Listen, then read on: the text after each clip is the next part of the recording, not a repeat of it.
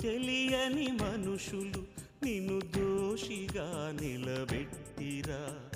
Calvary గిరి శిఖరమందున సిలువ శిక్షను వేసిరా.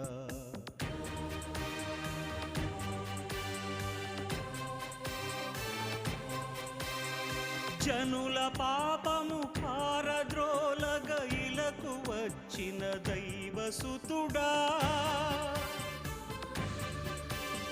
కనులు కానని కావరముతో నీకు శిక్షను వేసిరా. విలువ తెలియని మనుషులు నిన్ను దోషిగా నిలబెట్టిరా. కల్వరి గిరి శిఖరమందున శిలువ శిక్షను వేసిరా.